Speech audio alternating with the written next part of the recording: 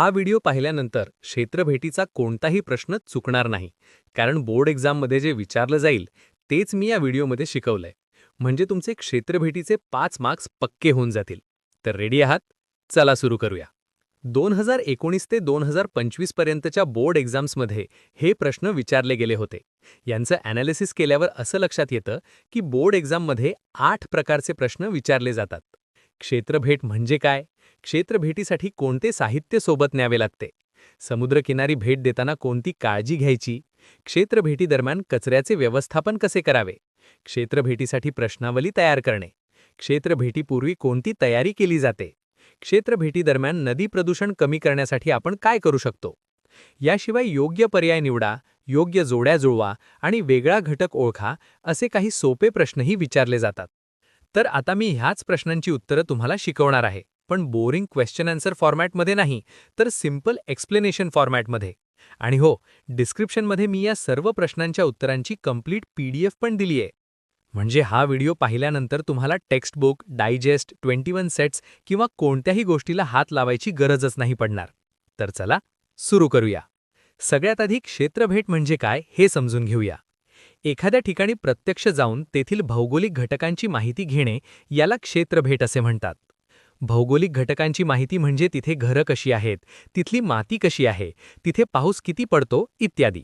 म्हणूनच क्षेत्रभेटीचा मुख्य उद्देश भौगोलिक असतो असे म्हटले जाते. आता क्षेत्रभेटीची आवश्यकता समजून घेऊया. क्षेत्रभेटीमुळे प्रत्यक्ष अनुभवातून शिक्षण मिळते. म्हणजे भूगोलाच्या पुस्तकात आपण जे थिअरॉटिकल नॉलेज शिकतो ते प्रत्यक्षात अनुभवण्याची संधी आपल्याला मिळते. विषयाचे चांगले आकलन होते. जेव्हा आपण एखाद्या जागेला किंवा प्रक्रियेला स्वतः आपल्या डोळ्यांनी पाहतो तेव्हा तो टॉपिक आपल्याला आणखी चांगल्या प्रकारे समजतो. स्थानिक लोकांशी संवाद साधता येतो. क्षेत्रभेटीदरम्यान आपण तिथल्या स्थानिक लोकांशी बोलू शकतो आणि त्यांची जीवनशैली व समस्या अधिक चांगल्या प्रकारे जाणून घेऊ शकतो. नवीन माहिती मिळते. यामुळे विद्यार्थ्यांना त्या प्रदेशाबद्दल अशी नवीन माहिती मिळते जी कदाचित त्यांच्या टेक्स्टबुक्समध्ये दिलेली नसते. माणूस आणि निसर्गाचे नाते समजते. जसे समुद्रकिनाऱ्यावर राहणाऱ्या लोकांचा आहार आणि डोंगराळ भागात राहणाऱ्या लोकांचा आहार तिथल्या निसर्गामुळे कसा वेगळा असतो हे आपल्याला तिथे गेल्यावरच समजतं. विविध क्षेत्रांची तुलना करता येते. दोन वेगवेगळ्या जागांमध्ये काय फरक आहे आणि तिथल्या ह्यूमन ॲक्टिव्हिटीज कशा वेगळ्या आहेत याची तुलना करणे सोपे होते. कौशल्यांचा विकास होतो, म्हणजेच स्किल डेव्हलपमेंट होते. जसे आपली निरीक्षण शक्ती म्हणजेच ऑब्झर्वेशन स्किल वाढते आणि कोणत्याही गोष्टीबद्दल लॉजिकल विचार करण्याची आपली सवय विकसित होते. या सर्व गोष्टींमुळे शिक्षणात क्षेत्रभेटीची आवश्यकता असते.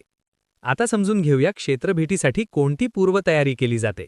यामध्ये आपल्याला काही महत्त्वाच्या गोष्टी आधीच ठरवायच्या असतात. ठिकाण ठरवणे. यात आपण सगळ्यात आधी हे ठरवतो की आपल्याला कोणत्या ठिकाणी जायचे आहे, ते किती दूर आहे आणि तिथे पोहोचण्यासाठी कोणता रस्ता आणि वाहतुकीचे साधन सगळ्यात योग्य राहील. उद्देश ठरवणे.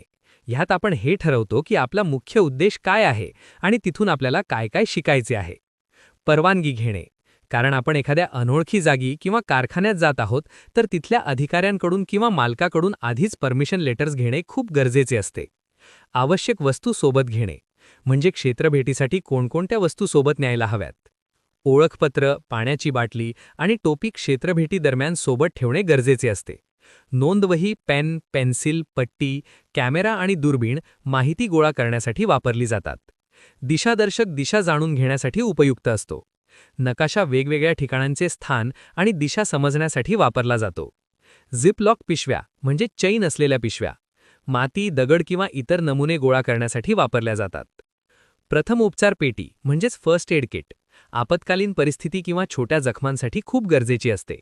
माहिती पुस्तिका ज्या ठिकाणी आपण क्षेत्रभेट देणार आहोत त्या ठिकाणाबद्दल माहिती मिळवण्यासाठी उपयोगी पडते. कचऱ्याची पिशवी कचरा गोळा करून कचरापेटीत टाकण्यासाठी वापरली जाते. प्रश्नावली म्हणजे सोप्या प्रश्नांची यादी जी स्थानिक लोकांकडून माहिती मिळवण्यासाठी वापरली जाते. स्थानिक लोक म्हणजे त्या ठिकाणी राहणारे लोक, जसे शेतकरी, दुकानदार किंवा गावातील रहिवासी. तर अशा प्रकारे क्षेत्रभेटीची पूर्वतयारी केली जाते. आता समजून घेऊया प्रश्नावली कशी तयार करतात. ज्या ठिकाणाबद्दल प्रश्नावली तयार करायची असते त्या ठिकाणाबद्दल आपण काय काय प्रश्न विचारू शकतो तेच प्रश्न आपण प्रश्नावलीत समाविष्ट करतो. बोर्ड एक्झाममध्ये आजपर्यंत 3 ठिकाणांसाठी प्रश्नावली तयार करण्यास सांगितले गेले आहे.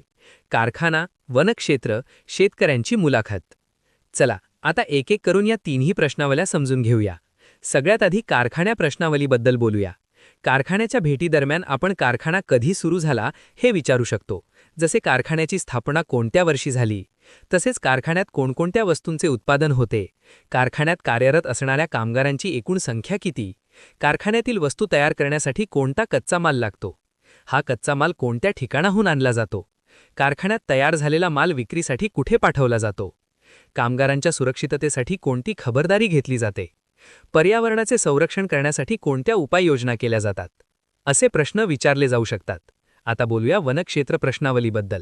इथे आपण वनक्षेत्रात कोणकोणत्या प्रकारच्या वनस्पती आणि झाडे आढळतात, वनक्षेत्रात कोणती औषधी वनस्पती आढळते, वनक्षेत्रात कोणते हवामान आढळते, वनक्षेत्रात कोणते प्राणी आढळतात, वनसफारीसाठी किती शुल्क आकारले जाते, वनसफारीचा कालावधी किती असतो, वनक्षेत्रात छायाचित्रण करण्यास परवानगी आहे का, वनक्षेत्राला कोणते प्रमुख धोके आहेत, असे प्रश्न विचारले जाऊ शकतात.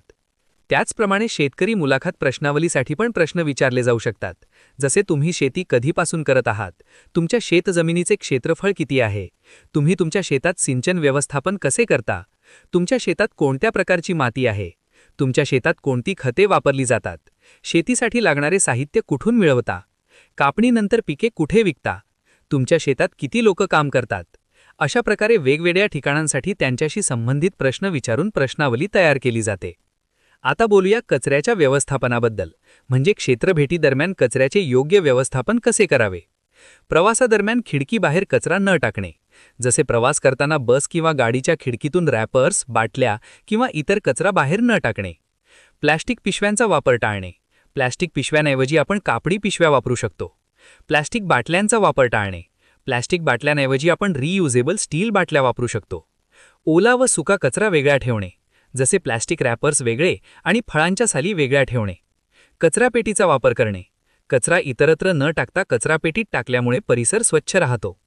कचऱ्याच्या पिशव्या सोबत ठेवणे, जर जवळपास कचरापेटी नसेल तर कचरा पिशवीत गोळा करून नंतर कचरापेटीत टाकता येतो. अशा प्रकारे क्षेत्रभेटी दरम्यान कचरा व्यवस्थापन योग्य रीतीने करता येते. आता पाहूया क्षेत्रभेटी दरम्यान नदी प्रदूषण कमी करण्यासाठी आपण काय करू शकतो. नदीत कचरा न टाकणे, प्लास्टिक बाटल्या, खाण्याचे पॅकेट किंवा इतर कोणताही कचरा नदीत टाकू नये. कचरा व्यवस्थित गोळा करणे, कचरा एका पिशवीत गोळा करून कचरापेटी मिळाल्यावर त्यात टाकता येतो. हानिकारक रसायनांचा वापर टाळणे, नदीच्या पाण्यात साबण, डिटर्जंट किंवा कोणतेही रसायन वापरणे टाळावे. स्थानिक नियमांचे पालन करणे, तिथल्या अधिकाऱ्यांनी लावलेल्या सूचना व इशारे फलकांचे पालन करणे. जनजागृती करणे, स्थानिक लोकांनाही नदी स्वच्छ ठेवण्याचे महत्त्व समजावून सांगणे. जर आपण हे सिंपल स्टेप्स फॉलो केले तर क्षेत्रभेटी दरम्यान नदी प्रदूषण खूप प्रमाणात कमी करता येते. आता बोलूया समुद्रकिनारी गेल्यावर कोणती काळजी घ्यावी. भरती ओहोटीची वेळ तपासणे, म्हणजेच समुद्रकिनारी जाण्यापूर्वी पाण्याची स्थिती कशी असेल हे समजून घेणे. स्थानिक मार्गदर्शकाची मदत घेणे, कारण त्याला त्या परिसराची सविस्तर माहिती असते. धोकादायक ठिकाणे टाळणे, समुद्रकिनाऱ्यावरील कडे किंवा घसरडे दगड यांसारखी ठिकाणे टाळणे. धोकादायक ठिकाणी सेल्फी टाळणे, खोल पाण्याजवळ किंवा रिस्की स्पॉट्सवर सेल्फी घेणे टाळणे. खोल पाण्यात न जाणे, गटासोबत राहणे, संपूर्ण भेटीदरम्यान आपल्या ग्रुपला सोडून कुठेही न जाणे. समुद्रकिनारा स्वच्छ ठेवणे, कचरा समुद्रकिनारी न टाकता कचरापेटीत टाकावा, जेणेकरून समुद्रकिनारा स्वच्छ राहील. सूचनांचे पालन करणे, शिक्षकांच्या सूचना आणि वॉर्निंग बोर्ड्सचे पालन करणे. समुद्री प्राण्यांना स्पर्श न करणे, काही समुद्री प्राणी धोकादायक किंवा विषारी असू शकतात, त्यामुळे त्यांना स्पर्श करणे सुरक्षित नसते. अशा प्रकारे समुद्रकिनारी गेल्यावर या सर्व गोष्टींची काळजी घेणे आवश्यक असते. चला आता समजून घेऊया की क्षेत्रभेटी दरम्यान माहिती कशी गोळा केली जाते. पहिले आहे निरीक्षण, ज्यात एन्व्हायरमेंट, ॲक्टिव्हिटीज आणि प्रोसेसेसचे काळजीपूर्वक निरीक्षण केले जाते. दुसरे आहे मुलाखत, ज्यात स्थानिक लोक किंवा तज्ज्ञांशी बोलून माहिती घेतली जाते. तिसरे आहे प्रश्नावली, ज्यात सोप्या प्रश्नांच्या माध्यमातून माहिती गोळा केली जातो. चौथे आहे छायाचित्रण आणि व्हिडिओ रेकॉर्डिंग. क्षेत्रभेटी दरम्यान महत्त्वाच्या गोष्टींचे फोटोज आणि व्हिडिओज काढले जातात, जसे डोंगर, नद्या, झाडे-झुडपे, घरे इत्यादी. पाचवे आहे नमुना संकलन, ज्यात माती, पाणी किंवा वनस्पतींचे छोटे छोटे नमुने गोळा केले जातात, जेणेकरून नंतर त्यांचा अभ्यास करता येईल. सहावे आहे साधने आणि उपकरणांचा वापर. यात GPS डिव्हायसेस, दिशादर्शक म्हणजेच कंपाससारख्या साधनांचा वापर करून लोकेशन किंवा दिशांशी संबंधित अचूक माहिती मिळवता येते. आणि शेवटचे आहे दुय्यम माहिती संकलन, ज्याला सेकंडरी डेटा कलेक्शन म्हणतात. म्हणजे त्या ठिकाणाबद्दल आधीच इतरांनी गोळा केलेली माहिती वापरणे. ही माहिती आपल्याला पुस्तके किंवा इंटरनेटवरून मिळू शकते. अशा प्रकारे क्षेत्र भेटीदरम्यान निरीक्षण आणि इतर पद्धतींच्या सहाय्याने महत्त्वाची माहिती गोळा केली जाते. तर अशा प्रकारे क्षेत्र भेटीचे कंप्लीट एक्सप्लेनेशन इथे संपते. या एक्सप्लेनेशनच्या मदतीने तुम्ही या सर्व प्रश्नांची उत्तरे सहज देऊ शकाल. आता एकदा हे सिंपल प्रश्न पण पाहून घेऊया. सगळ्यात आधी हा प्रश्न पहा. क्षेत्र भेटीदरम्यान माहितीच्या संकलनासाठी या साहित्याची आवश्यकता असते. माहितीच्या संकलनासाठी प्रश्नावलीची आवश्यकता असते. आता हा प्रश्न पहा. एखाद्या ठिकाणी प्रत्यक्ष जाऊन तेथील भौगोलिक घटकांची माहिती घेणे याला डॅश असे म्हणतात. याचे उत्तर आहे क्षेत्रभेट. हे तर आपण सुरुवातीलाच शिकलो होतो. पुढचा प्रश्न आहे वेगळा घटक ओळखा. इथे क्षेत्रभेटीसाठी उपयुक्त साहित्य नाही असे लिहिले आहे. नोंदवही, कॅमेरा आणि नकाशा हे क्षेत्रभेटीत वापरले जातात, पण आरेखन दंड वापरला जात नाही. आरेखन दंड म्हणजे जमीन मोजण्यासाठी वापरला जाणारा रॉड. आता हा प्रश्न पहा. क्षेत्रभेटीसाठी आवश्यक साहित्य. प्रश्नावली, कॅमेरा आणि नोंदवही हे क्षेत्रभेटीसाठी आवश्यक साहित्य असते, पण संगणक आवश्यक नसते. संगणक म्हणजे कम्प्युटर. तर याचे उत्तर आहे संगणक.